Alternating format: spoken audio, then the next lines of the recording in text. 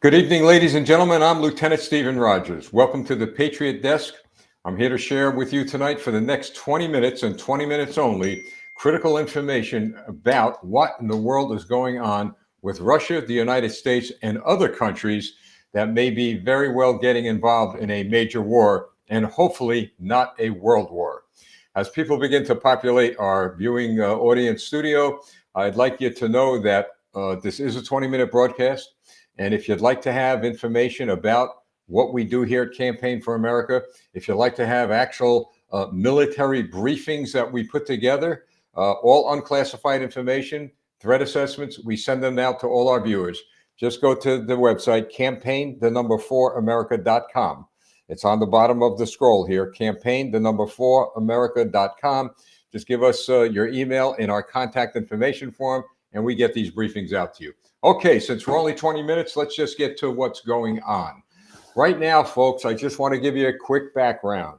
This all started with Ukraine as a result of this administration and perhaps a few administrations before President Trump took office, leading the Ukrainians to believe that they would become part of NATO. What happened was when Vladimir Putin made it clear to Obama that he was not happy with that, Obama just let it go away. Let it go away. Obama never brought it up again.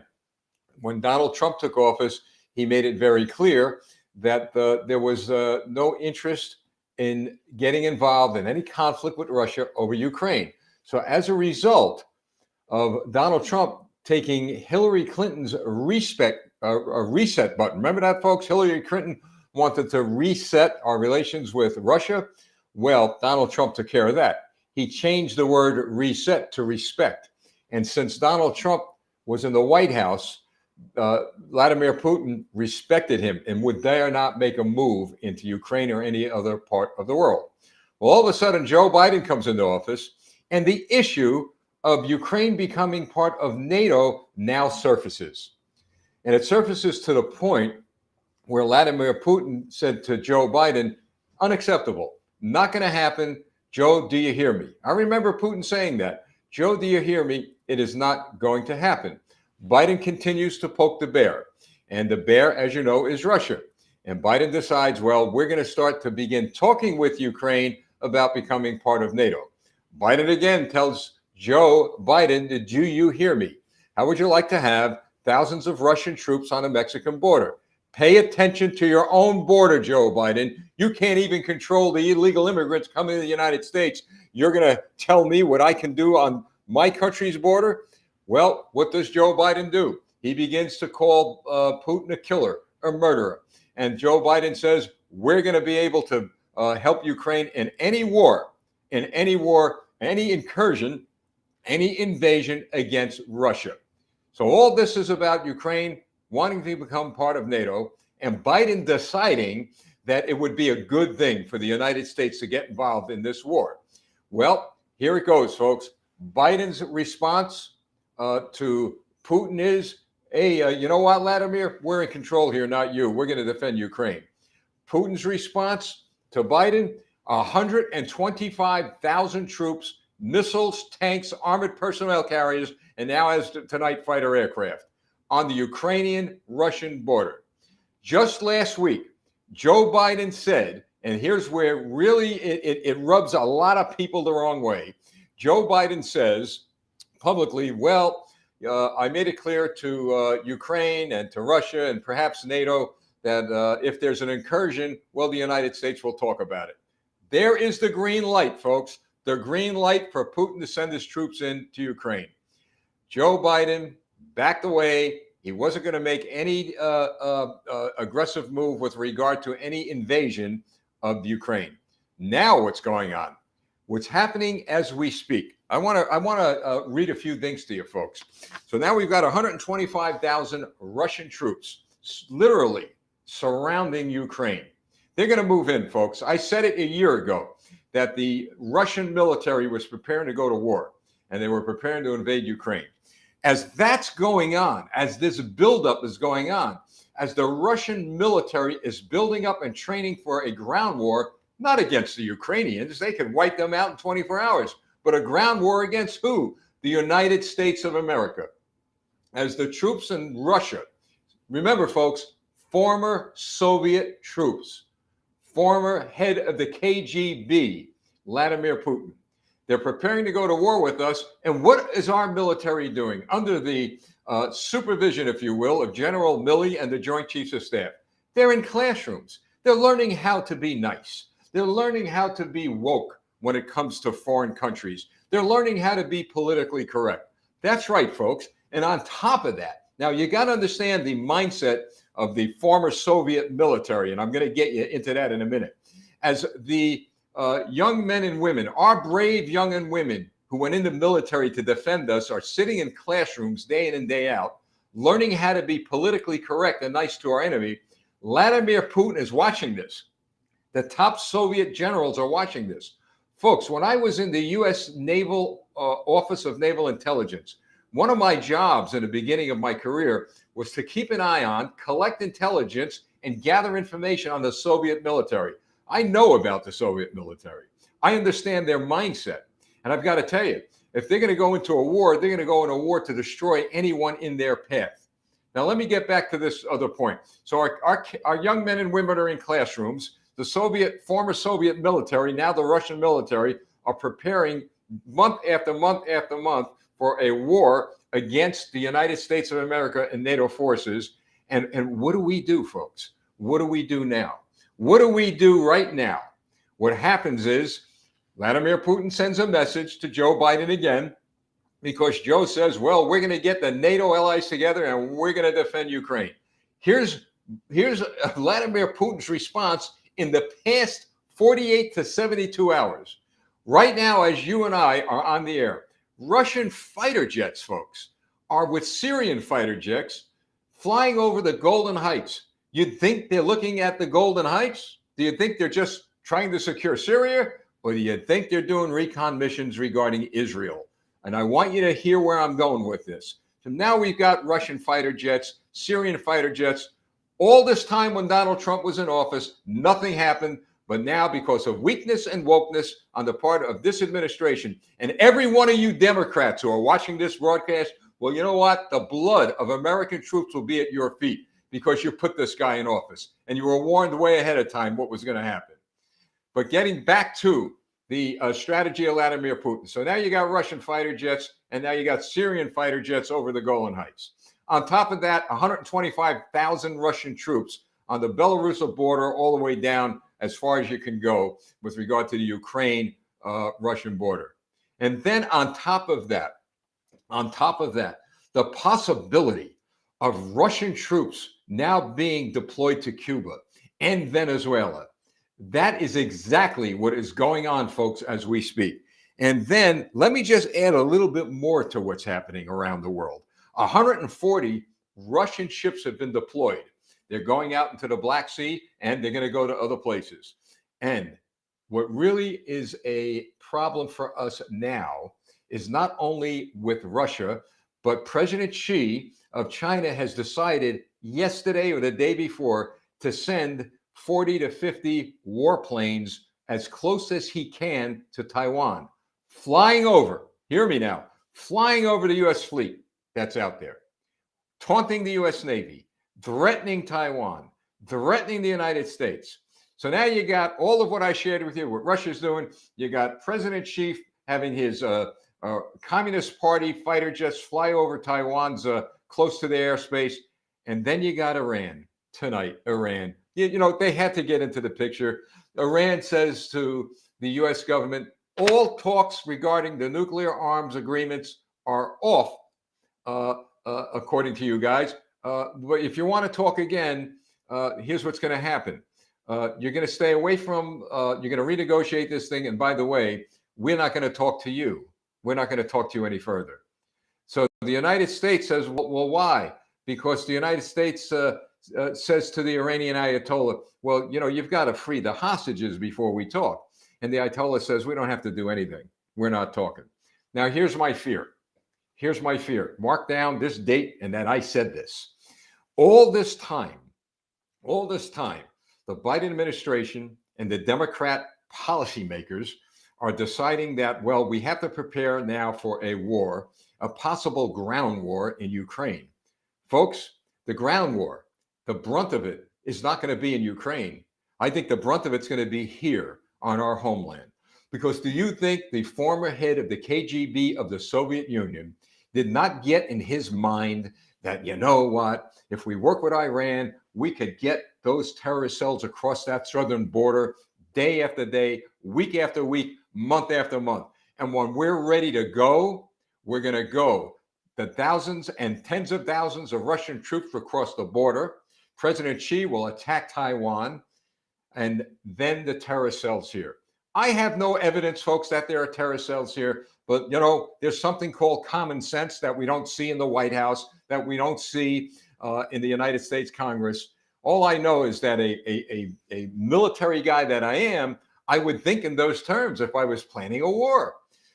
The Soviet mindset, I want you to think about this, folks. Their homeland, their motherland, was attacked and overrun by Nazis in World War II. Stalingrad, Moscow, millions of their people slaughtered by the Nazis. They are not going to let that happen again. We in the United States, we only had two horrific attacks, Pearl Harbor and 9/11. But if these terrorist cells are here, if there have been spies here, if there have been people here who are looking to hurt us, folks, you got to know they're well prepared.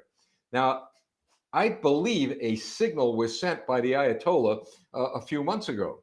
Isn't the Ayatollah of Iran who said that we were going to suffer dearly from within our country as a result of the assassination of their military leader? I believe his name was Somali, something like that. I mean, these people are reckless, they're dangerous, and they're ruthless, and they're out to destroy us. So Joe Biden and the Democrats in Congress and every Democrat leader of this country, because I put them all in the same box, all right, have decided that, well, what we're going to do is we're going to scare Vladimir. We're going to put sanctions on him. Don't you think he's prepared for that? Well, then what we're going to have to do is really scare him. We're going to have to send arms and ammunition. Well, we did, folks. We did. And now we're talking about sending military troops, our young men and women, to fight in a war in Ukraine. Folks, believe me, I was here, and I know many of you were here during the Vietnam War. Doesn't it sound familiar, folks? Doesn't it sound familiar? It was John Kennedy. It was Johnson. It was even Nixon to some degree that kept the war going for a while. But in the beginning, we sent arms, we sent ammunitions to Saigon. Then we decided to send advisors. Then we decided to send a small platoon, a small group of troops. And then before you know it, tens of thousands of American troops are in Vietnam, and thousands upon thousands are coming back in body bags. I am a hawk, folks. I am a strong advocate of a strong military. But I'm also a realist. You don't go into a war you cannot win. We will not beat the former Soviet troops. And I say former Soviet because I know them. They're well trained. They are trained. The mindset is to destroy everything in your path. We are never going to let anybody beat us. The United States military, we're strong. We're tough. We have the most heroic young men and women in the world in our military. But they're being handcuffed. Folks, handcuffed like the police in our country are being handcuffed. They're being told, well, there are certain rules of engagement. There are certain rules you got to abide by. When Ronald Reagan was in office, you see his picture behind me, there were no rules of engagement. You go in like he did, and he bombed the living daylights out of Muammar Gaddafi's encampment and stopped his regime. They went in George Bush, as tough as that war was, he went in, and in 100 days with Colin Powell leading the charge, and Schwarzenegger out there as a general leading the charge, destroyed the Iraqi army. Then you have what? Then you have Donald Trump. He made it very clear, we're going to put an end to these endless wars. We're going to put an end to it. And he did. Donald Trump had a plan to end the war in Afghanistan in an orderly, honorable way. Donald Trump had a plan and executed a plan that made sure Vladimir Putin would stay in the Kremlin in Moscow. And he did. And he did. Donald Trump had a plan that would put the Ayatollah in Iran in a corner where he wouldn't come out or he'd suffer consequences. And it worked. And now we have Joe Biden in office. He let everybody loose. He let the Russians loose. He let the Iranians loose. He's letting everybody loose. And now they're going to town on the United States of America.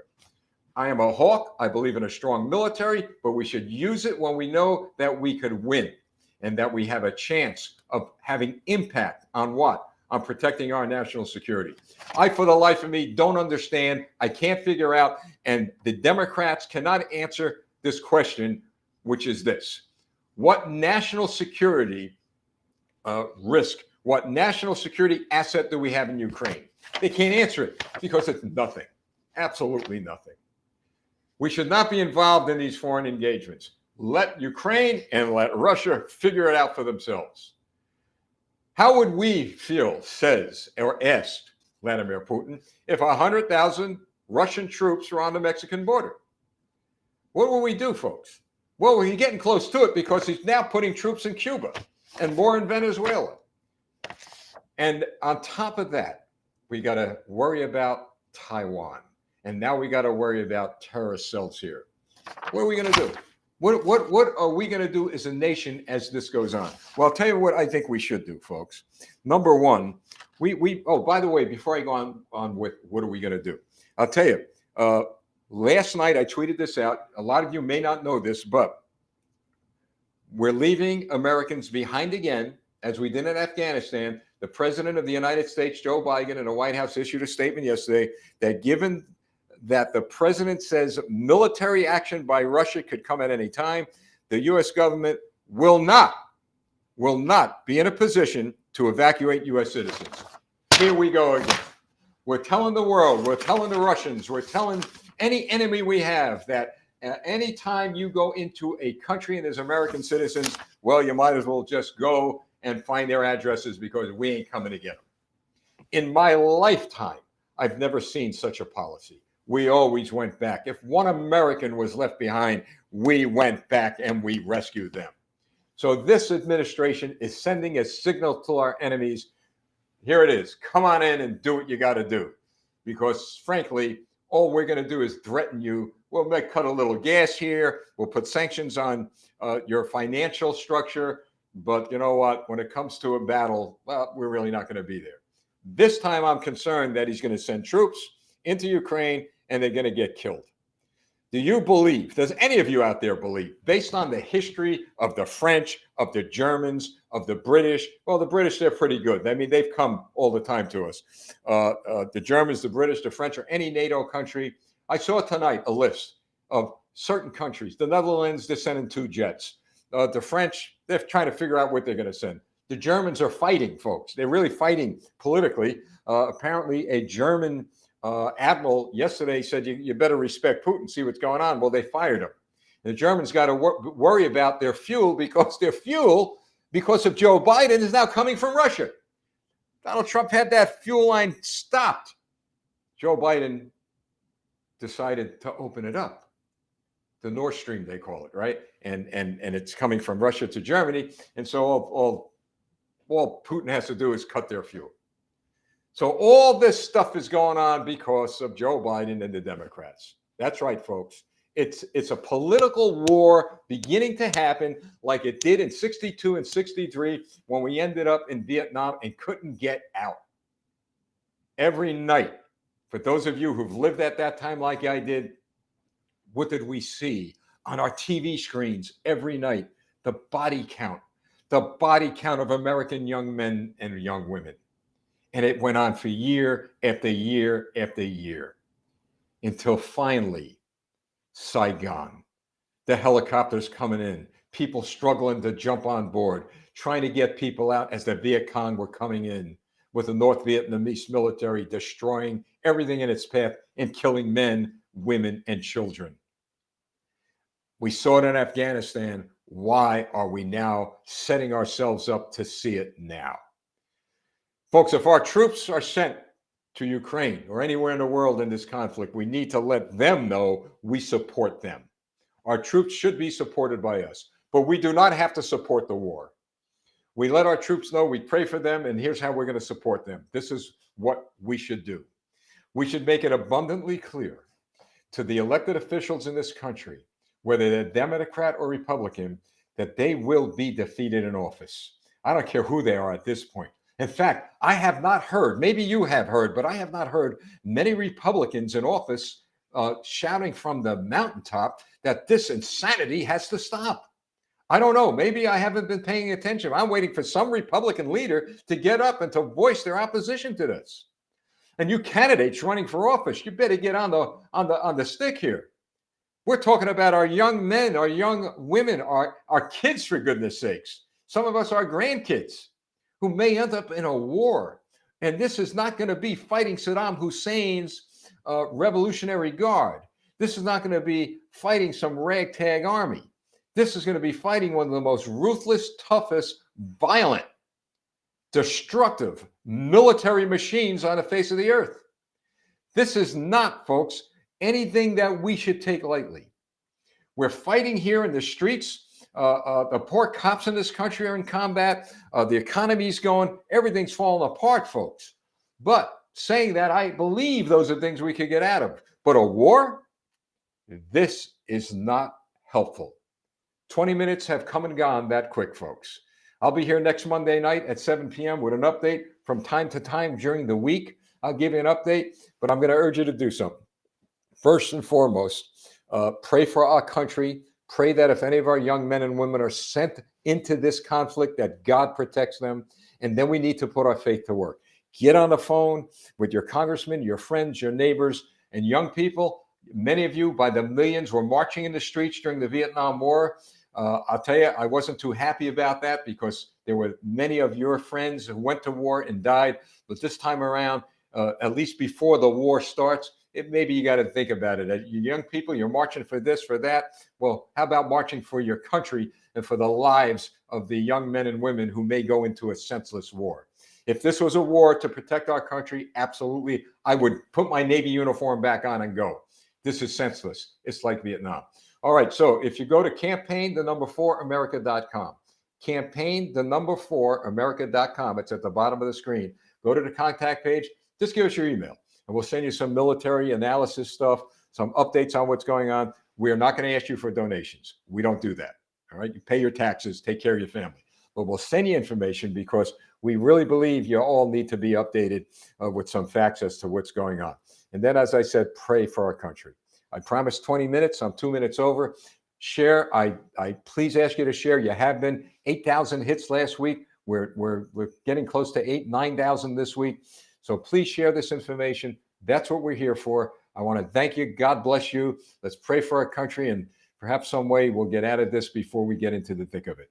God bless you. God bless America. I am Lieutenant Stephen Rogers. See you next Monday night, 7 o'clock p.m. here at the Patriots Desk.